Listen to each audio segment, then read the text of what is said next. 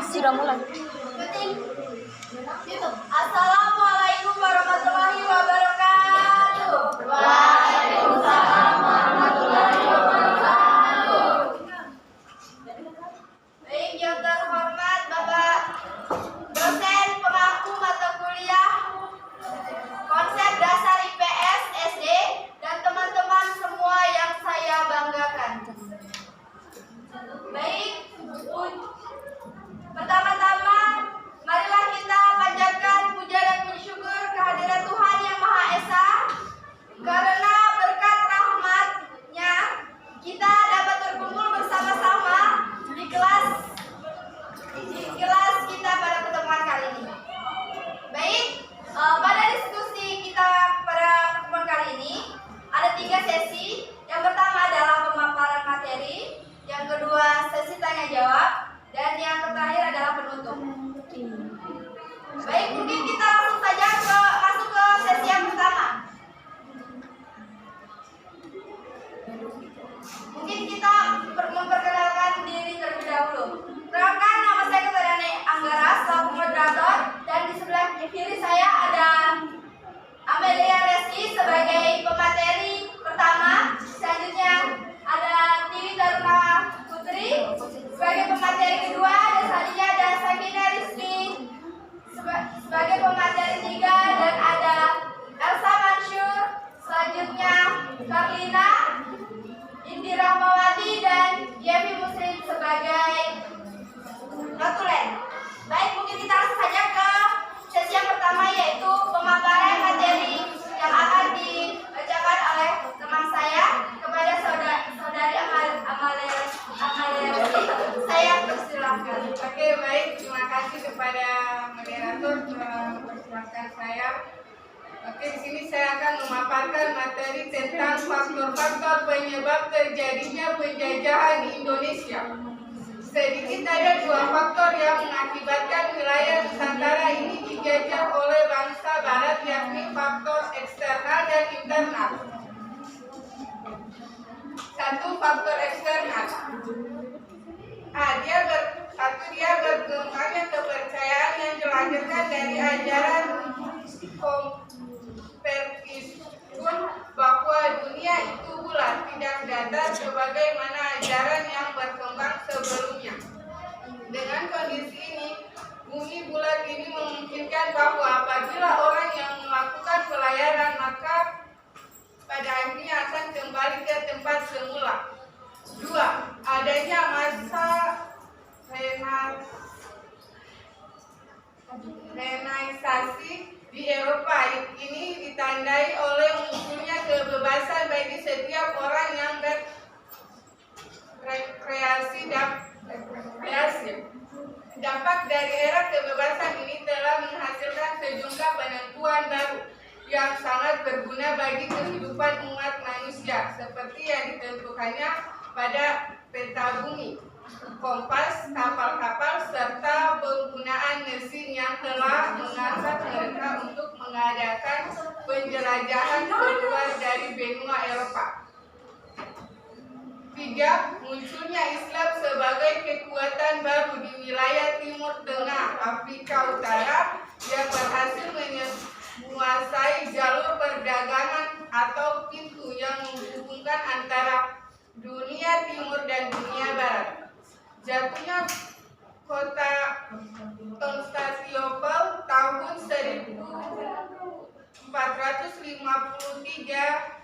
ketentangan kekuasaan kerajaan Islam yang sebelumnya berada di bawah kekuasaan Romawi merupakan peristiwa besar, sehingga akibatnya orang-orang Eropa memutar haluan untuk mengadakan penjelajahan di wilayah timur. 4. Penjelajahan mereka ke timur dilandasi oleh semangat Robusta, yakni perang salib, dengan tujuan untuk menaklukkan orang-orang yang pernah mengalahkan mereka, yaitu orang-orang Islam. Baik, terima kasih. Di sini saya akan melanjutkan pemaparan dari rekan saya, yaitu bagian 2, faktor internal. Ada beberapa faktor internal yang menyebabkan terjadinya penjajahan di Indonesia, di antaranya yang pertama terjadinya kontak hubungan perdagangan antara penduduk penduduk asing. Kedua, penduduk Nusantara termasuk Indonesia adalah penghasil rempah-rempah yang sangat diperlukan oleh orang-orang barat. Dan yang ketiga, kondisi Cilpot yang sangat rentan dengan persaingan. Mungkin itu saja yang dapat saya sampaikan. Selanjutnya akan dilanjutkan oleh rekan saya, Sakina Rizky. Baik, selanjutnya perjuangan bangsa Indonesia dan semangat menuju kemerdekaan. Pertama, perjuangan bangsa Indonesia.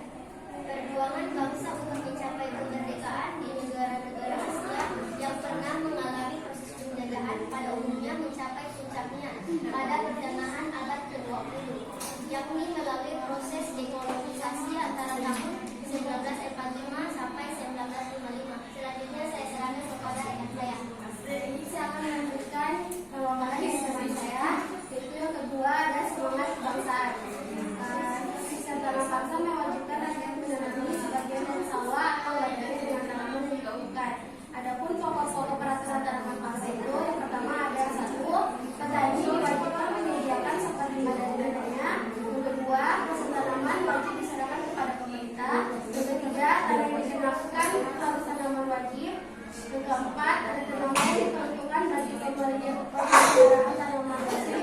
Yang kelima, ada tenaga kerja demi pengelolaan tanah.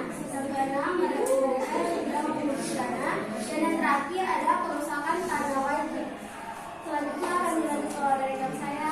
Baik, di sini saya akan melanjutkan bagian C. C, dampak penjajahan pada kehidupan bangsa Indonesia. Kehidupan bangsa Indonesia di bidang politik. Sistem politik adu domba yang digunakan pemerintah kolonial Belanda mampu memperdaya bangsa Indonesia dan bahkan dapat menghapus kekuasaan pribumi. 2. Kehidupan bangsa Indonesia di bidang ekonomi. Adapun perkembangan ekonomi pada masyarakat kolonial sangat besar pengaruhnya terhadap kegiatan-kegiatan.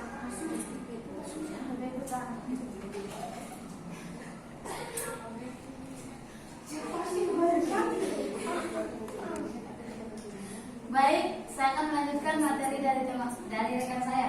3. Kehidupan bangsa Indonesia di bidang sosial. Tidak bisa ketiga kerja betul. Aku potong. Baik, saya akan melanjutkan pemaparan materi dari rekan saya. 3. Kehidupan bangsa Indonesia di bidang sosial.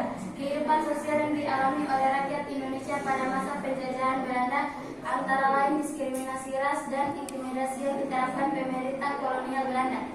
Baik, selanjutnya saya kembalikan ke moderator.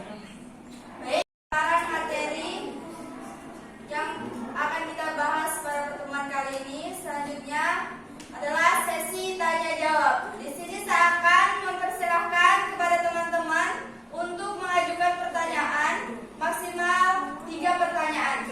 Kepada teman-teman saya persilahkan. Instruksi moderator bertanya. Baik, saya persilahkan.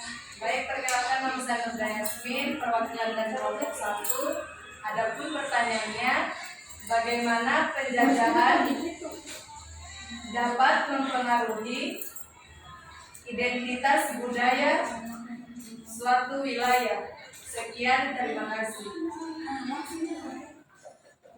Baik, di sini kami akan menjawab pertanyaan yang diberikan oleh saudari Nurda. Adapun jawabannya akan dijawab oleh teman saya. Kepada Sakina Rizky saya persilakan. Baik, pertanyaannya, bagaimana penjajahan dapat mempengaruhi identitas budaya suatu wilayah? Penjajahan dapat mempengaruhi identitas budaya suatu wilayah dengan cara mengubah, menggantikan, atau mengasimilasi elemen-elemen budaya asli. Hal ini melibatkan perubahan bahasa, agama, tradisi, dan nilai-nilai masyarakat setempat sebagai dampak dari dominasi budaya penguasa kolonial. Baik, itu tadi jawaban dari kami. Apakah saudari Nurda dapat menerima? Baik, terima kasih atas jawabannya. Saya dapat menerimanya. Baik, terima kasih. Mungkin selanjutnya ada lagi yang ingin bertanya?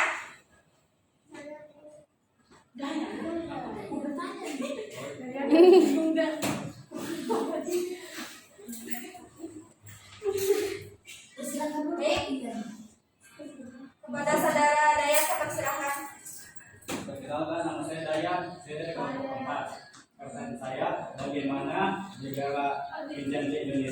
bisa tahu bahwa di Indonesia itu banyak sekali rempah-rempahnya. Berikan alasannya. Baik, terima kasih. Sini kami akan mencoba menjawab pertanyaan dari saudara Dayat. Negara penjajah seperti Belanda pada masa kolonial memiliki beberapa sumber informasi yang membantu mereka mengetahui kekayaan rempah-rempah yang ada di Indonesia. Beberapa alasannya adalah sebagai berikut. Yang pertama, perjalanan penjajah. Penjajah Eropa, termasuk bangsa Belanda, telah melakukan perjalanan penjelajahan ke berbagai belahan dunia, termasuk Asia Tenggara. Mereka menjelajahi wilayah ini untuk mencari rute perdagangan baru dan sumber daya alam.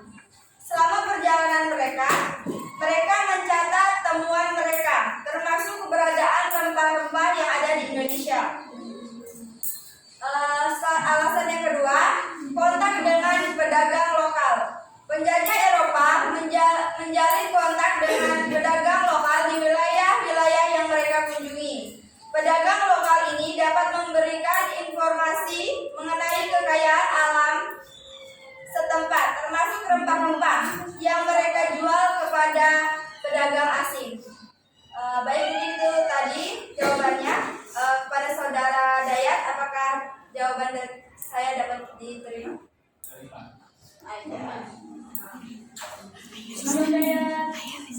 Baik, selanjutnya saya persilakan kepada saudari Lisna untuk mengajukan pertanyaan. Perkenalkan, nama saya Lisna dari kelompok 1. Pertanyaannya, apa saja contoh adaptasi budaya yang dilakukan oleh masyarakat yang terjajah? Baik. Adaptasi budaya yang dilakukan oleh masyarakat yang terjajah.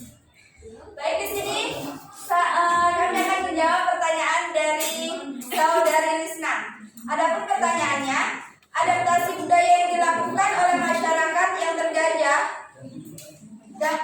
dapat mencakup beberapa hal, seperti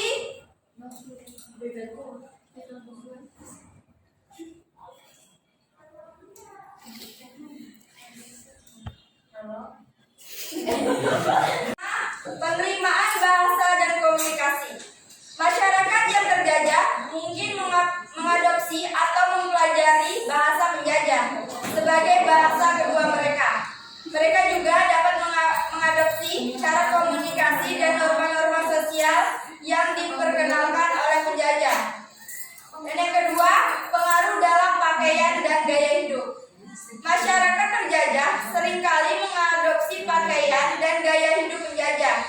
Ini dapat mencakup penggunaan pakaian tradisional penjajah, makanan atau minuman yang diperkenalkan oleh penjajah, dan perubahan dalam pola makan atau kebiasaan sehari-hari.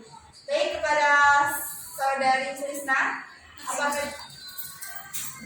Ya, baik, saya terima.